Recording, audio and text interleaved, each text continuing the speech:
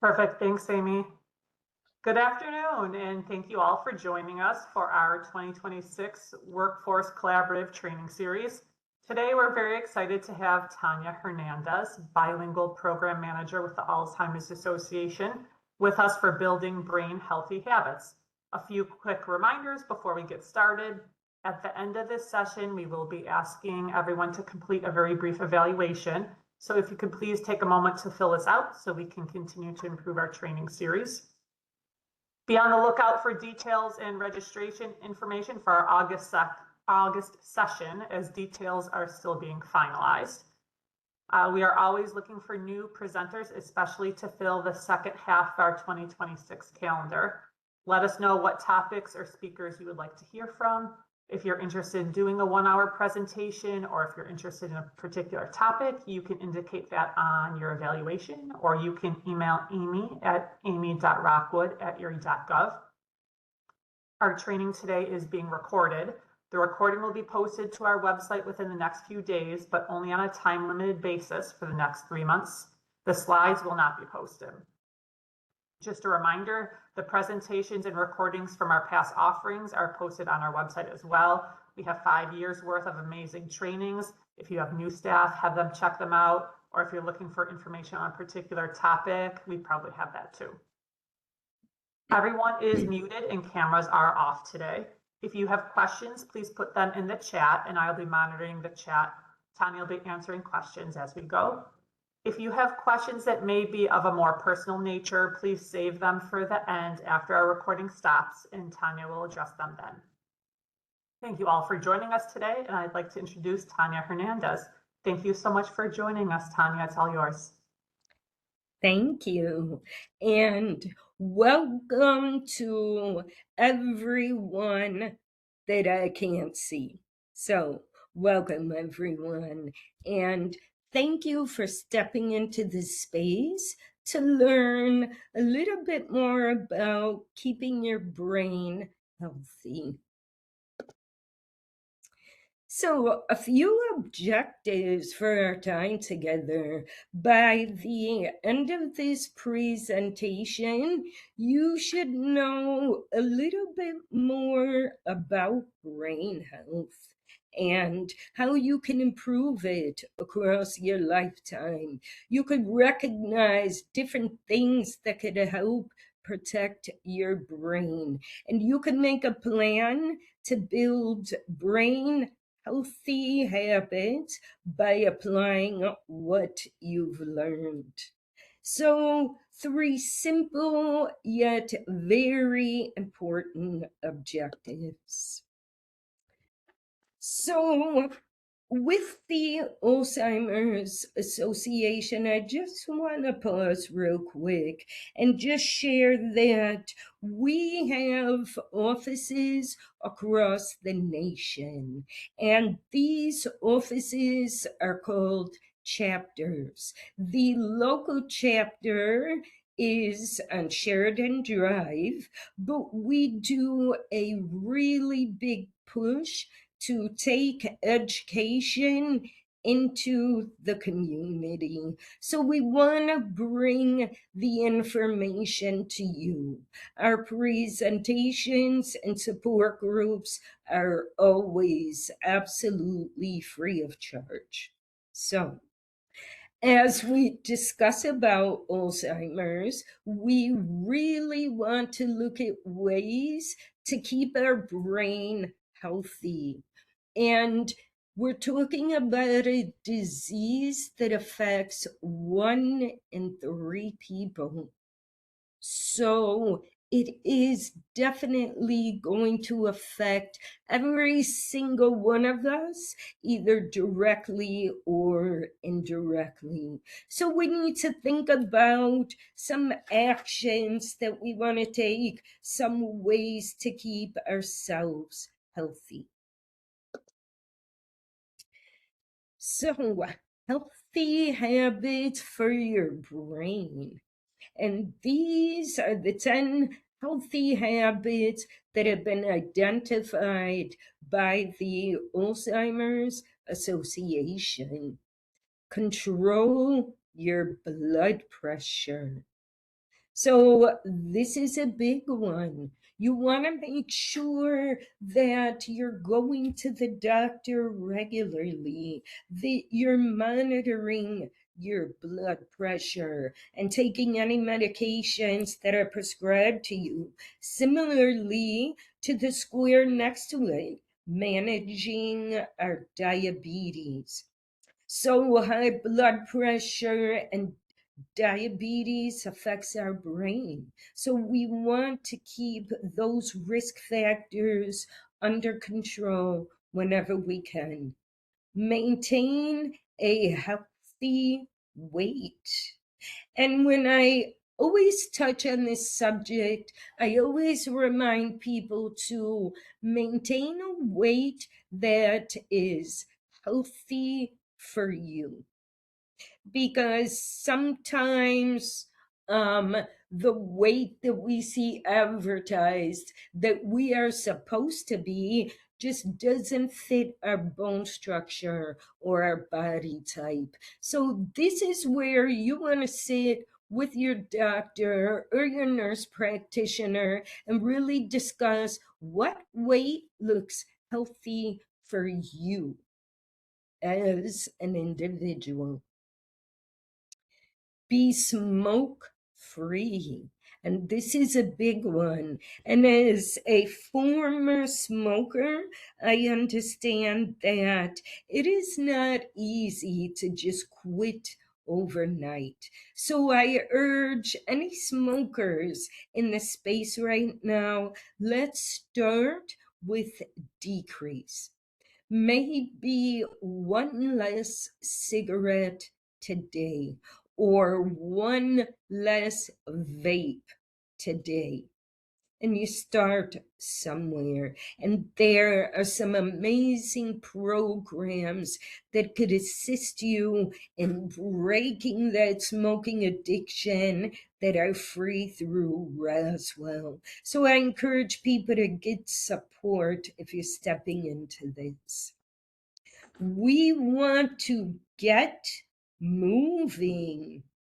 So I'm in my 50s, and when people mention getting up at 6 o'clock in the morning and going to the gym, that ship has sailed for me. I am not getting up and doing that, but I will walk.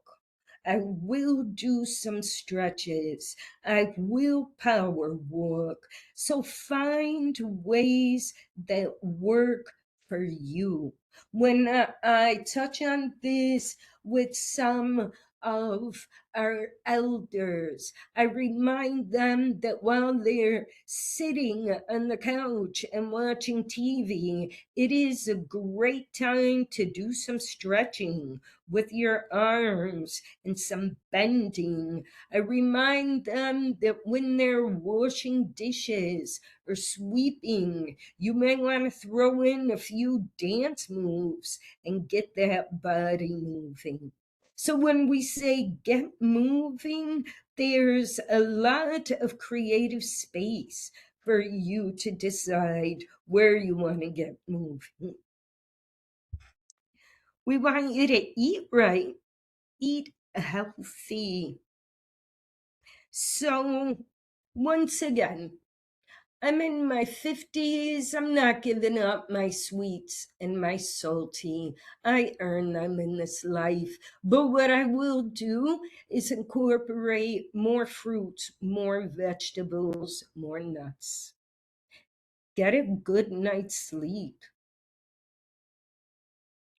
Challenge your mind. So things like puzzles and word games and games that have to do with numbers, all of that challenges your mind. And you could easily download a bunch of them on your phone and exercise your mind just like you would any other muscle. We want you to stay in school and consistently learn. And of course, we want to protect our heads. Tanya, I'm just going to take a quick pause here because your camera, we can't see you. It seemed to have lost your picture. So I just want to mention that. We can hear you just fine and see the slides. So I'm not sure if we want to move forward, but just wanted to let you know that we can't see you. Let me see if I could share again. Next, we saw you in the beginning and then all of a sudden you just kind of went away. Can you see? No, we still can't see your picture. We can see the presentation, but not your picture. And that's okay if we need to move forward that way, but I just wanted to mention that. Okay, but can you see the PowerPoint? Yes. Yeah, Oh, we can hear you fine and we can see the PowerPoint. Yeah. oh, that's fine. You don't need to see me. I All am nothing spectacular. So, yeah, let's get right back to the good right. stuff. Perfect. Thank So, you. healthy living benefits our brains. So, the US Pointer study was the first large scale randomized controlled trial of its kind here in the United States. And basically, what it showed was that a structured, healthy lifestyle, combine that with exercise, eating good, cognitive engagement, and health monitoring. So, going to the doctors regularly can protect your cognitive functioning. So, the importance of brain health.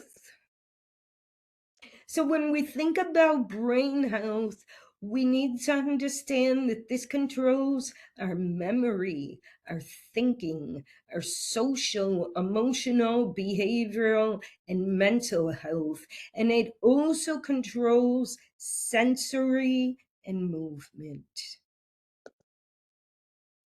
And when we look at how the brain works, and this is a really brief overview because nobody signed up for science class today. So we are looking at neurons and nerve cells that compromise in the brain and are essential to all human activity.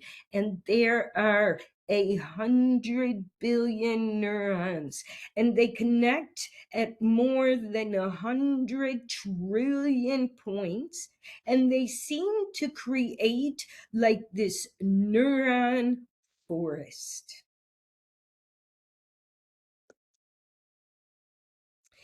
And now we're going to take a look at a healthy brain.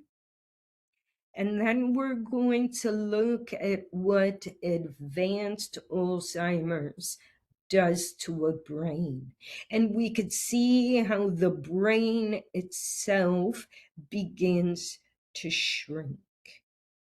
And brain changes can start 20 years or more before the symptoms of dementia are experienced. And at this point, I'm going to ask my beautiful ladies who are assisting me to keep an eye on the chat because I am wondering for the people that are in the space with us, at what age do you think Alzheimer's begins to affect people? And as you watch the chat, maybe just let me know the general consensus that people are sharing. Sure. Yep. So feel free to chat that age and that everyone is thinking.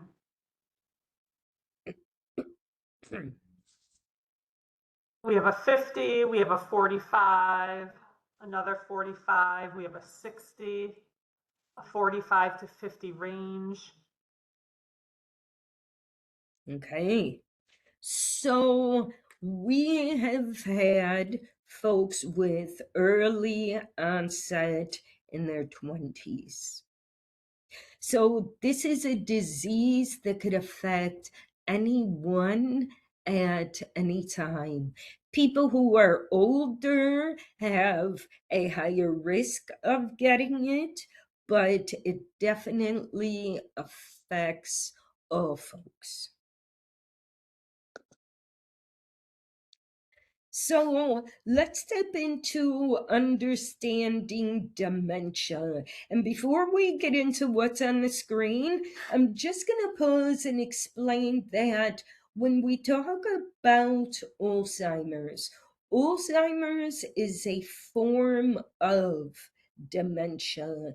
And currently, there are over 100 types of dementia.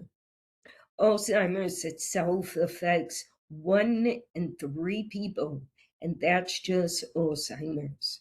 So we're looking at cognitive decline when you get dementia. So you're going to see changes in memory, thinking, changes in your physical ability. We're going to see changes in behavior. Mild cognitive impairment is an early stage of memory loss or other cognitive ability loss. So you can lose things such as speech or visual. One thing we see with folks with Alzheimer's is they begin to lose their peripheral vision. And that, of course, affects daily living and someone's ability to remain independent. And dementia is a loss of memory and other thinking abilities that are severe enough to interfere with daily life. And dementia is not a normal part of aging. And I always sit with this statement because when I grew up, we never even heard the word dementia. I'm Puerto Rican, and I remember my elders using a phrase, están tostado, and that translates to they're a little toasted. So for my entire life, I thought those behaviors were something normal, and we will see this in a lot of cultures.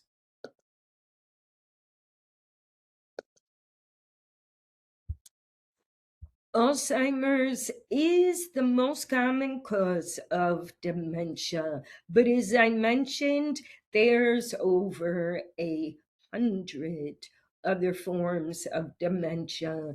And some of the other more common ones are vascular, Lewy body, frontotemporal, and mixed pathology. So dementia from more than one cause.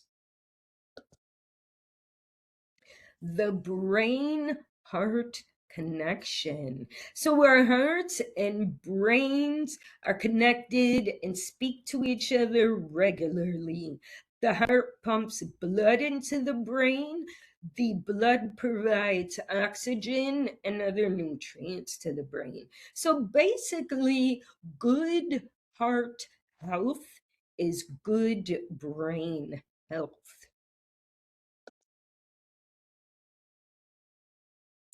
Why brain health matters.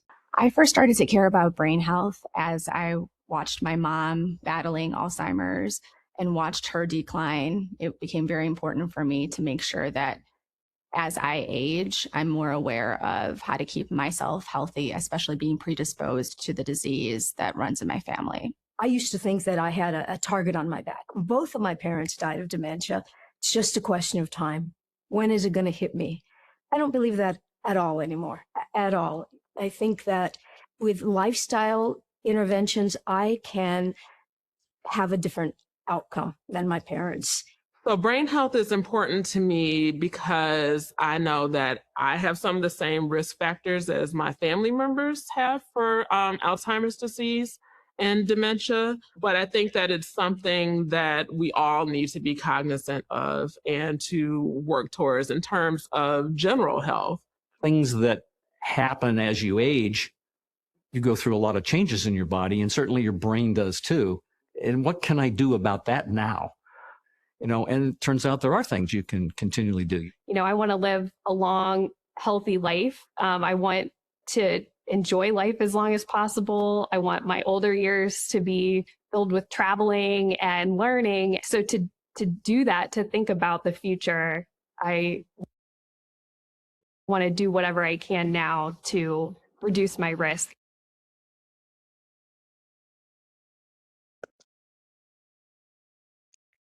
So, when is the best time to start thinking about brain health?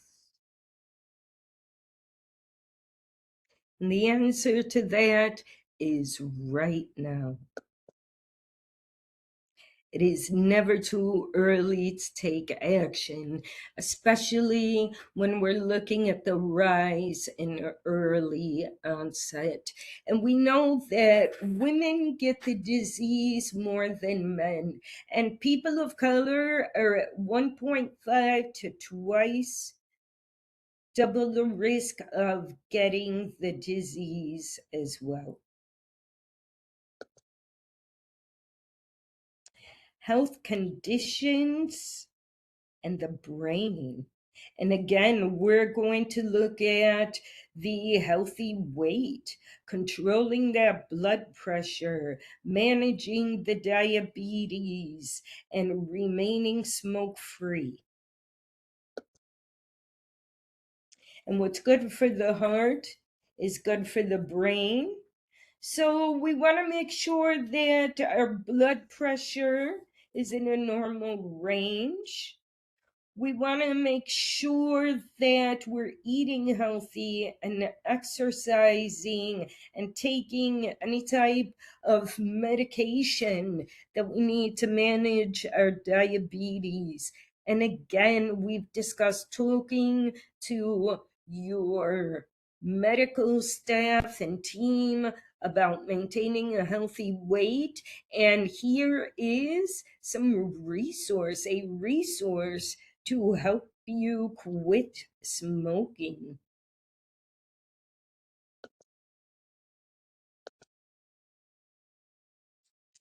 And brain healthy habits, other things we could do, things like moving, eating right, and sleeping well. So exercise improves brain function by increasing blood and oxygen flow. So it also helps improve connections among the brain cells. So exercising your body does the brain good. Improved nutrition is connected to better brain health. And I encourage folks to do some research on the mind diet, because that provides optimal nutrition for your brain. And sleep. Sleep is huge. And I read an article about a month ago that said when you don't get enough sleep in 3 days, your brain is functioning as though it's under the influence. So sleep is so important. I struggle with insomnia, so I feel everyone in this space that struggles with sleep, and I always tell folks, encourage naps. If you can't sleep all night, try and incorporate naps throughout your day, giving your body the space to rest. And deep sleep washes away a buildup of proteins in the brain. And that buildup of proteins is a huge risk to brain health.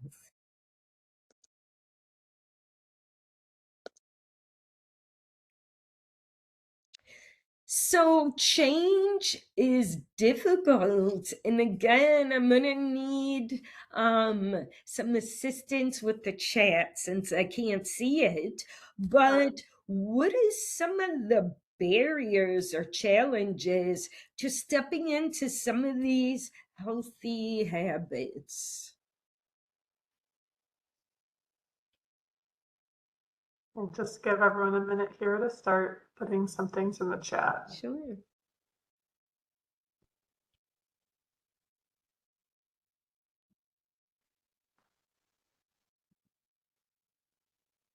Not having access to healthy foods. Mm-hmm.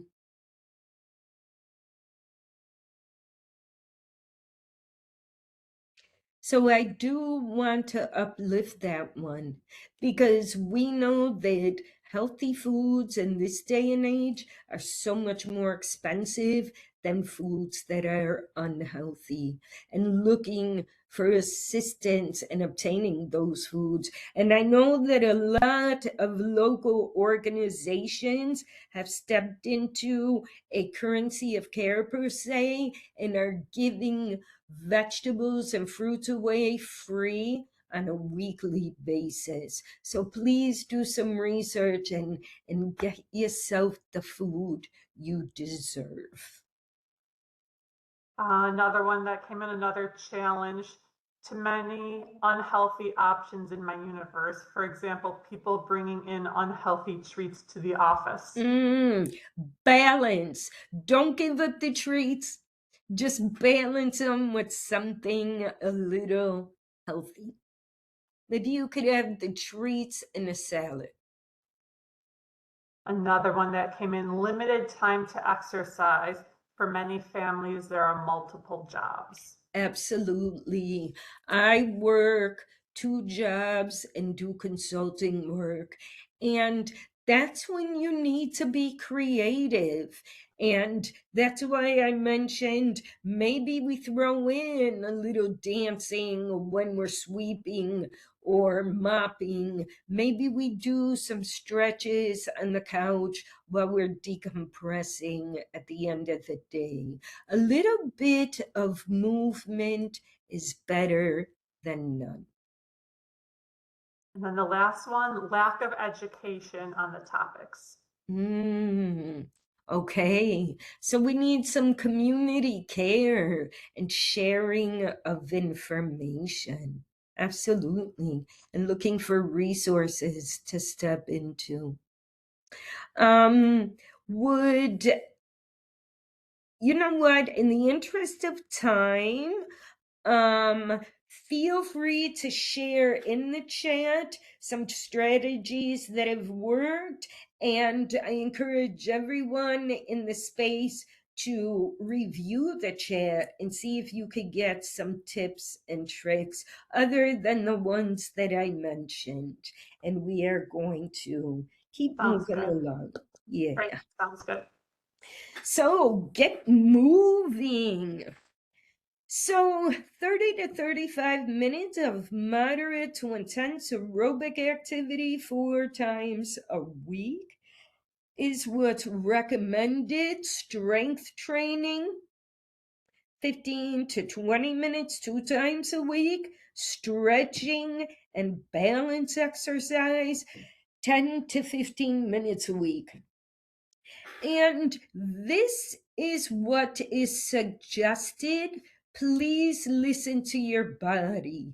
I am a person who manages disabilities. So when I look at this isn't exactly possible, but I will modify these things to incorporate some of this every week, as much as my body will allow. So I say this because sometimes it could be overwhelming, like, I don't have time for this, and that's okay. You start with baby steps and do what you can. Tips to get moving. Think about something fun. Absolutely. If anybody has ever gotten in that garden and started pulling weeds, that is a cardio workout. Get a buddy. It's always easier to do something with companionship and maybe even an accountability buddy. Link it to something fun and track your progress. And you could track it through the alz.org exercise tracker. And here is information on the Mind Diet. And they suggest 1 serving of those leafy greens, 1 serving of other veggies. Berries are big, whole grains. We want to stick with some poultry, white meat, skinless, fish, not fried, beans, legumes, some nuts are big. Try and stick with the extra virgin olive oil. And we want to do some limiting, not omitting, just limiting of those red and processed meats, butter and margarine, cheese, fried food, and sweets. And again, we have some virtual resources at ULS.org food tracker. Tips to eat right. Focus on adding more healthy foods. So maybe you throw in a healthy snack. Maybe you add some vegetables to the pasta or rice. Add some fruit with that dessert. And things you can swap. Try and switch to olive oil, healthier herbs, leaner meats, and whole grains. So nobody expects somebody to completely change the way they eat overnight. It's a process. And these are suggestions on how you could step into that process.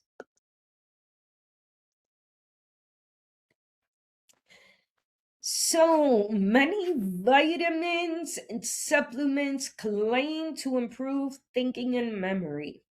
So a lot of those are developed with limited or no regulations. They may interact with other medications, and the overall evidence does not show that these vitamins and supplements reduce the dementia risk.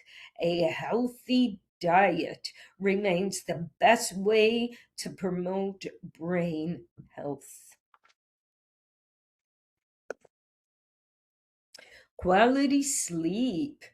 And again, adults should aim for 7 to 9 hours of quality sleep a day.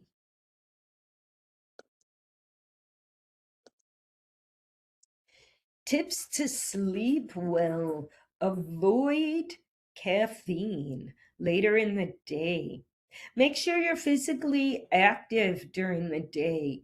Minimize naps later in the day. Keep a regular sleep schedule. Cooler temperatures help. Minimize noise. Minimize exterior lights. Use blackout curtains. Maybe shut your phone off. I need to add an important one here, and it is to turn off the screens at a decent time. Computer screens, phone screens, laptops. Get away from the screens. Let your mind get into the space of resting and relaxing so that you could get ready for sleep. So challenging your mind, staying in school, and protecting your head. So keep your brain working hard. So cognitive engagement builds new connections in our brains. So the more years of formal education, I think I will shift that to education, the better. Because school is not the only space of education. We learn and are educated in multiple spaces in our community that are not, quote, formal education. So we want to continue to step into those spaces, and we want to recognize that cognitive engagement helps the blood flow to our brain, and it increases more connections between the brain cells.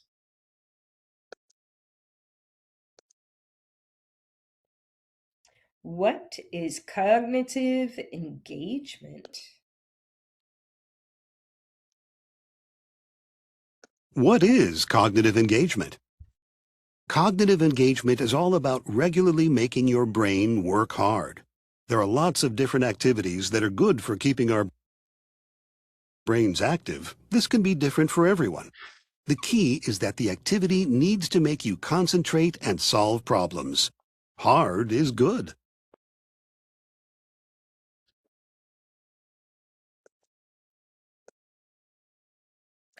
Tips to challenge your mind. Try strategy games. Do puzzles. Learn a language. Explore a new hobby. Get out of your comfort zone, and that's the big thing. Just go out and learn something new. Prevent head injuries because they can cause short and long-term problems. So some of the things that we regularly do, we want to make sure we're putting seatbelts on in cars. We want to make sure that if you're bike riding, skating, skiing, doing any of that physical activity, you're protecting your head with a helmet, and we want to minimize our risk of falling as much as we can in Buffalo with black ice, but we still want to try.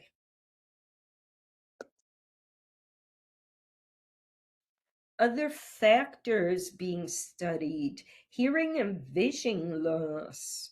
So some studies suggest that the loss of your hearing or vision may be associated with the higher risk of dementia, alcohol abuse. Excessive use of alcohol over time can lead to memory issues and chronic memory disorders. Air pollution. Some studies show a link between particulate matter in the air and possible increased risk of cognitive decline. And stress. Stress affects our brain negatively. Key points: nurture the healthy habits that you adopted in childhood, if you did, or maybe you just start new ones. Include a variety of things. That way, you're not stepping into the same monotonous routine. You have a few things to choose from. And consistency. For habits to make a difference, they need to be done on a regular basis. Some tips for success. Set a flexible, realistic goal, right? If we haven't stepped into an exercise routine, we are not going to set a goal of running 2 miles every day, right? So we want to be realistic, and we want to listen to the needs and the limits of our bodies. We want to include other people that help build accountability. Use rewards that work. Reward your consistency. Do something nice for yourself. Speak positively. Our body listens to the words that we use. And whether we realize it or not, subconsciously we are reacting to that self-directed language. And track these new healthy habits so that you could take a look back and see all the progress that you've made. Time to build an action plan. Set a goal, define your actions, overcome obstacles and give yourself a timeline. Pick one of the areas you want to focus on and what challenge do you want to make. And maybe you jot this down or make a mental note for yourself. And again, we want some flexibility with this goal because that helps encourage our success.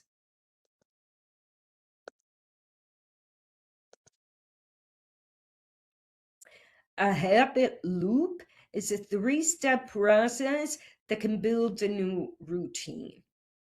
When habits are built into routines, they stick. So what is the cue? What is your action? And how will you reward yourself? And make sure you don't skip out on that reward.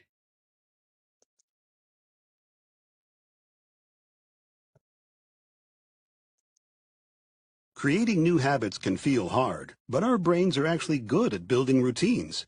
Using a habit loop, the process our brains use to build habits, can help make new habits stick. Here's how a habit loop works. There are 3 parts of a habit loop: the cue, the action, and the reward. First, identify a healthy habit you want to build.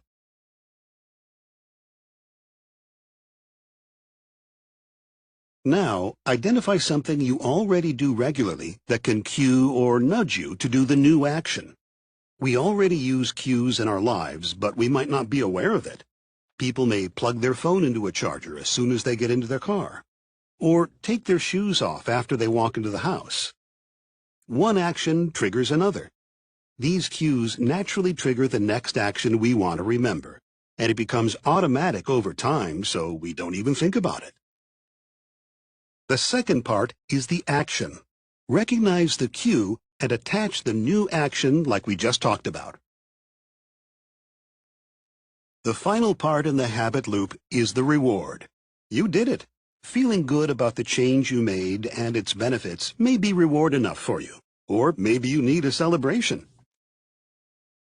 Habit loops can be used to help build lots of healthy habits. Attaching a new action to one you already do and then feeling rewarded is what the habit loop is all about.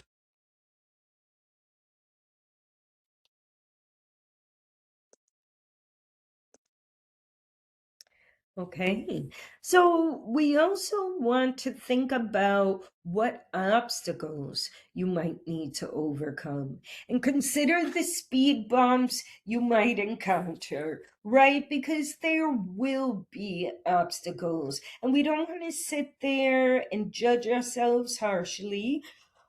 We just want to find ways we can overcome them. And that's also why it's good to involve other people, because sometimes 2 brains work better than 1.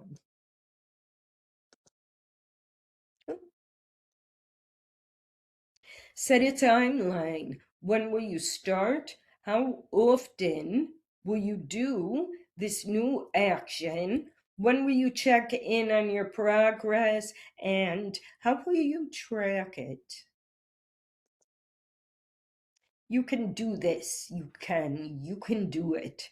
Review and revise your action plan accordingly, because this is a plan that's organic and is going to shift to meet the needs that you're in at that particular time. So moving forward, The fact that you're thinking about ways to change your brain health and promote your own health is a step in the right direction. The small changes are so important. They don't have to be radical, life-altering changes. Our own brain health is not only for ourselves, but it's really for our loved ones. The things we do day to day, the things we can make decisions about that can be positive or negative for a healthy brain. And I think that's the kind of things we want to focus on, is what are the things we can do that we can control to begin to have an impact on our brain.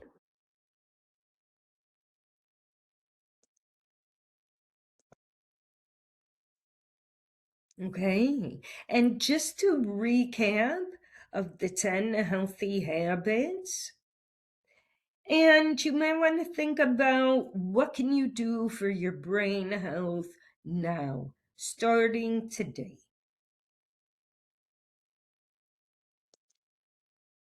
And here are some additional resources and support from the Alzheimer's Association.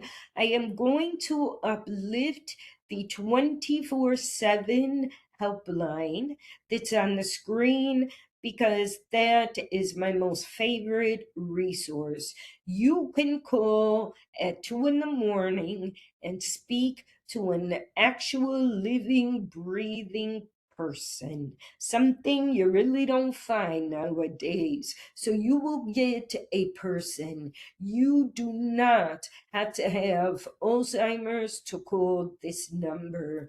You can call with simple questions about cognitive decline, or if you need some resources, or if you're going through something regarding brain health and would like some assistance. This phone line is also manned because we partner with the language line, so we can accommodate over 100 languages. So the beauty is that people can call in their native tongue and they do not have to find translators. So I just wanted to uplift that because I'm super proud of that resource.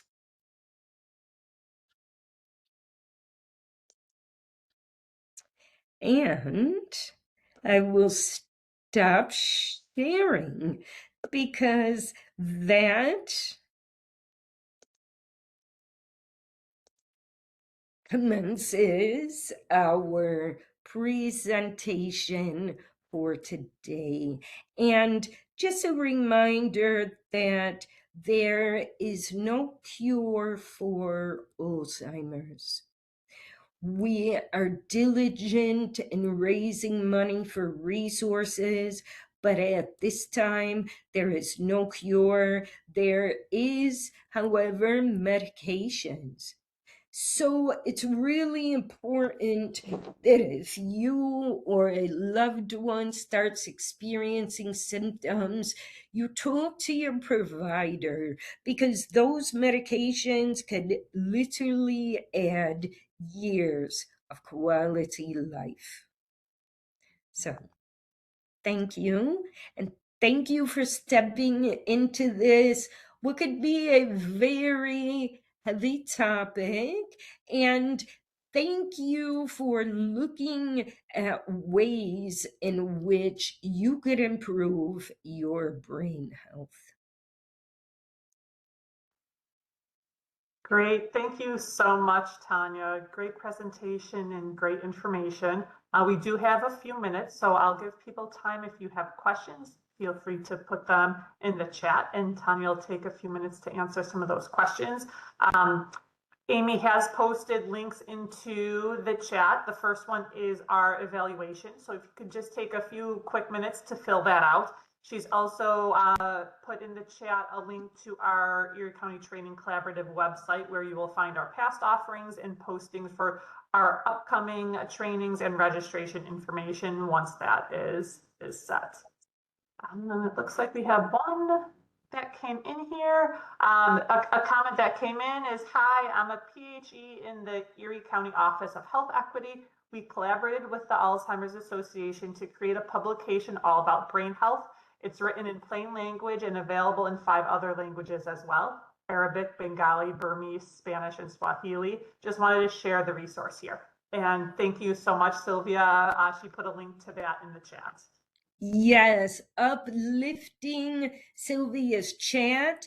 I take those publications to all of my in-person events. These are some of the only publications in these languages. So thank you. And please, please, please utilize and distribute those resources.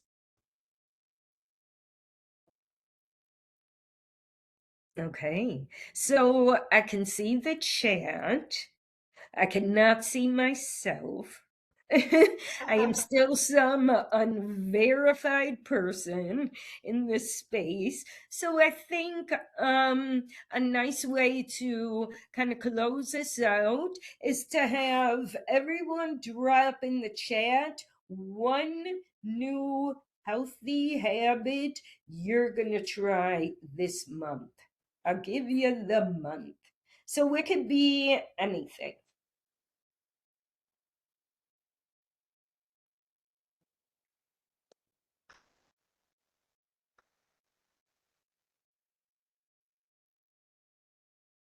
Okay, sleep, healthy food. Yes. Exercise, healthy dinners, less processed food, quality sleep, the screens. Yes. Exercise, taking a walk outside. Absolutely. That's like a 2-for-1. You exercise, and I feel like anytime you're in nature, you decrease underlying stress. So, yeah, daily walks. Okay. Thank you. Thank you, everyone. Yes, and thank you so much, Tanya, for such a wonderful presentation. We will post the recording for today's presentation onto our website, so please check that out. And again, take a few minutes to complete our evaluation. If you do have any ideas of topics you're interested in hearing more about, or a great presenter, whether it be yourself or someone you know, put that on your evaluation as well.